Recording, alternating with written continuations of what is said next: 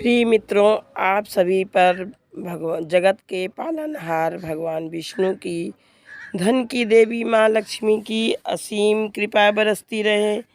कार्तिक मास मासों में उत्तम मास, भगवान विष्णु को अति प्रिय मास। इस मास की बहुत ही महत्ता है। कार्तिक मास के कृष्ण पक्ष की रमा एकादशी का व्रत बहुत ही पवित्र और पापों का नाश करने वाला है। युधिष्ठिर व्रत की कथा इस प्रकार से है। युधिष्ठिर कहते हैं, सबसे पहले करते हैं कि रमा एकादशी व्रत की शुरुआत 27 अक्टूबर को सुबह 5:31 से प्रारंभ होगा और समापन 28 अक्टूबर को सुबह 7:51 पर होगा। अर्थात एकादशी का व्रत 28 अक्टूबर को रखा जाएगा। इस प्रकार रमा एकादशी का व्रत 28 अक्टूबर को रखा जाएगा। अब सर्वप्रथम क्या करते हैं कि भगवान गणपति गजानन की ध्यान करते हैं। गजाननं भूत गणाधिसेवितं कपित्थजम्बूफलचारुभक्षणं। गजाननं भूत गणाधिसेवितं कपित्थजम्बूफलचारुभक्षणम्। उमासुतं शोकविनाशकारकं नमामि विघ्नेश्वरपादपङ्कजम्। उमासुतं शोकविनाशकारकं नमामि विघ्नेश्वरपादपङ्कजम्। अब भगवान विष्णु की पूजा करने के लिए एक मूर्ति स्थापित करते हैं, फोटो रखते हैं। पीले कपड़े को एक चौकी पर बिछा करके कलश लगाते हैं। फिर भवानी का ध्यान करते हैं।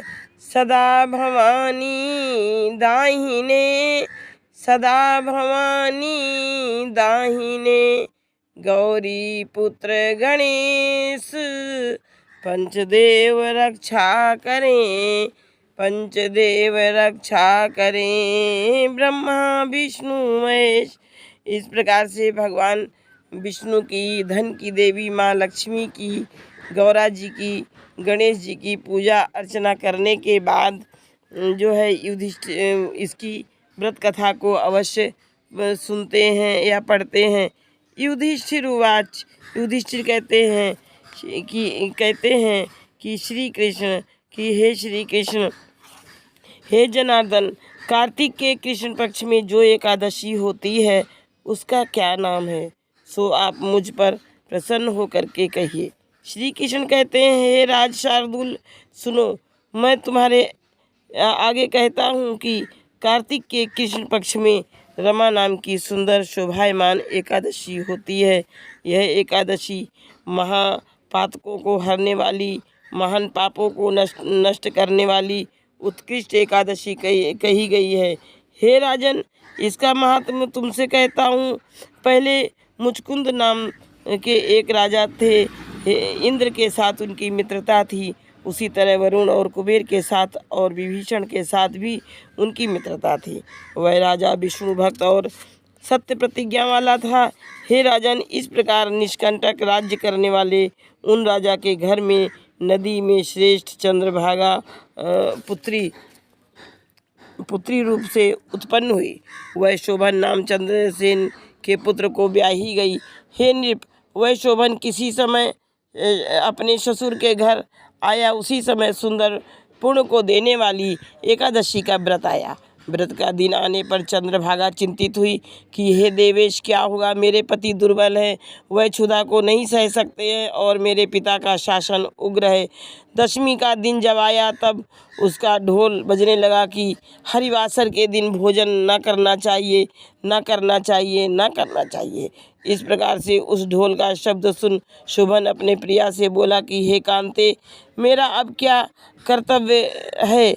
हे सुशोभने, तू मुझे शिक्षा दे जिसके करने से मेरे जीवन का नाश ना हो।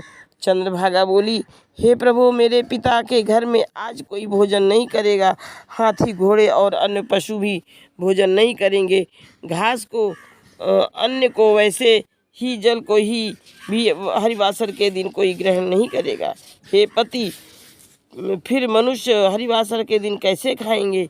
हे पति, जो तुम भोजन करना चाहते हो तो घर से पलायन कर जाओ। मन में ऐसा विचार करके अपने मन को दृढ़ करो।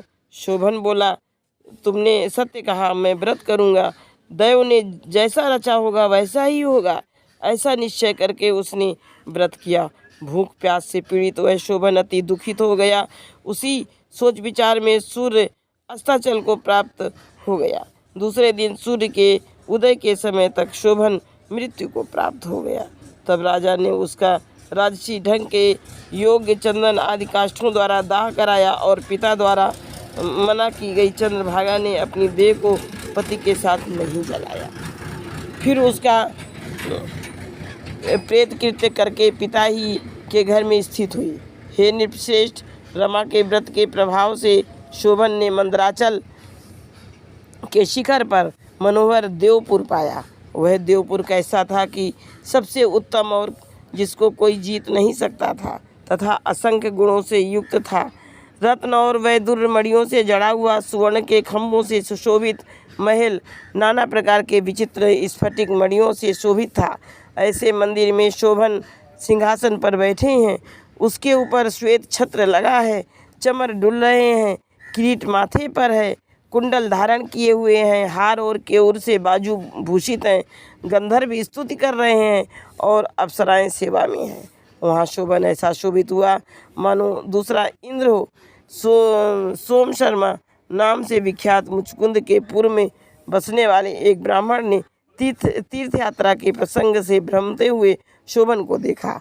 उसे राजा का जामाता जान उसके समीप गया। तब शोभन ने शीघ्र ही आसन से उठ के उत्तम द्विज को नमस्कार किया और ससुर का कुशल पूछा और अपनी स्त्री चंद्रभागा तथा नगर का कुशल पूछा।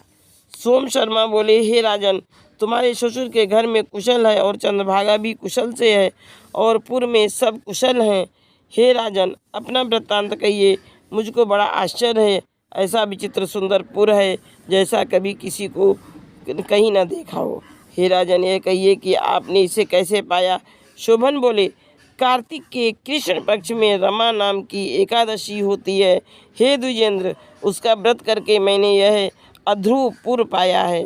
हे द्विजेंद्र, जिससे यह ध्रुव हो जाए सो उपाय कहिए। हे द्विजेंद्र, यह कैसे अध्रुव है और कैसे ध्रुव होगा? हे राजेंद्र, जो आप कहिए मैं वह उपाय करूँगा, इसमें अन्यथा कोई बात नहीं है। शोभन बोले, हे द्विजोत्तम, मैंने उस व्रत को श्रमहीन होकर किया है, इसलिए मैं इसको अध्रुव मानता हूँ और जिससे ध्रुव होगा सो सुनिए। सुंदर शोभायमान चंद्रभागा नाम मुचकुंद की पुत्री से तुम यह वृत्तांत कहो तो यह ध्रुव हो जाएगा। सो सुनकर उस ब्राह्मण ने चंद्रभागा से उस वृत्तांत को कहा। ब्राह्मण के वचन सुनकर चंद्रभागा उत्फुल्ल नेत्र हो गई। हे द्विज, तुम यह प्रत्यक्ष कहते हो अथवा स्वप्न कहते हो? सोम शर्मा बोले कि हे पुत्री, मैंने तुम्हारे पति को महावन में प्रत्यक्ष देखा है। देवपुर के तुल्य जिसे कोई ना जीत सके ऐसा मैंने उसका पुर देखा है। उन्होंने उसे अध्रुव कहा, जिससे वह ध्रुव हो जाए सो करो। चंद्रभागा बोली, हे विपर्षे, मुझे तुम वहाँ ले चलो, पति के दर्शन करने की बड़ी लालसा है। मैं अपने व्रत के पुण्य से पुर को ध्रुव कर दूंगी। हे द्विज, जिस तरह से हम दोनों का संयोग हो सो करो। यह निश्चय है कि वियोगी को योग करा के बड़ा पुण्य प्राप्त होता है। यह सुनकर सोम शर्मा उसे साथ लेकर वहाँ गया। मंदराचल नामक पर्वत के समीप वामदेव ऋषि का आश्रम था। वामदेव ने उन दोनों द्वारा कहा हुआ सब वृत्तांत सुना। फिर वामदेव ने वेद के मंत्रों में उज्ज्वल उस चंद्रभागा का अभिषेक कराया। ऋषि के मंत्र के प्रभाव से और हरिवासर के सेवन से वह चंद्रभागा दिव्य देह की हो गई और दिव्य गति को की हो गई और आनंद से प्रफुल्लित नेत्र होकर पति के समीप गई। शोभन भी कांता को आई हुई देख बहुत ही हर्षित हुआ और उस चंद्रभागा को बुलाकर अपनी बाईं ओर बैठाया। वह चंद्रभागा बड़े हर्ष से पति से शुभ वचन बोली, हे कांत, पिता के घर में 8 वर्ष की अवस्था से मैंने जो आरंभ करके एकादशी का व्रत श्रम युक्त मन से विधि पूर्वक किया है, उस पुण्य के प्रभाव से तुम्हारा पुर ध्रुव हो जाएगा और कल्प के क्षय पर्यंत सब कामनाओं से भरा पूरा होगा। हे निप, इस प्रकार वह पति के साथ रमण करने लगी। दिव्य उसका देह और दिव्य ही रूप था और दिव्य आभूषण द्वारा भूषित थी और दिव्य ही विग्रह, जिसका ऐसा शोभन रमा के व्रत के प्रभाव से मंद्राचल के शिखर पर उसके साथ विहम चिंतामणि के समान है अथवा कामधेनु के तुल्य है। हे नृप, मैंने तुमसे रमा एकादशी की व्रत कथा कही है। जो उत्तम इस प्रकार का व्रत करते हैं उसके ब्रह्म हत्या आदि सब पाप नाश को प्राप्त होते हैं, इसमें संदेह नहीं है। दोनों पक्ष की एकादशियों के व्रतों में जैसी कृष्ण पक्ष की है वैसी ही शुक्ल पक्ष की है, तिथियों में भेद नहीं है। दोनों ही एकादशी तुल्य फल को देने वाली हैं। एकादशी के महत्व को जो सुनते हैं वह सब पापों से छूटकर विष्णु लोक को आनंद से प्राप्त होते हैं। इस प्रकार से भगवान विष्णु की रमा एकादशी के दिन पूजा अर्चना करके और इस व्रत कथा को अवश्य सुनते हैं। व्रत कथा के सुनने के बाद भगवान विष्णु के ओम नमो भगवते वासुदेवाय, ओम नमो भगवते वासुदेवाय, ओम नमो भगवते वासुदेवाय द्वादश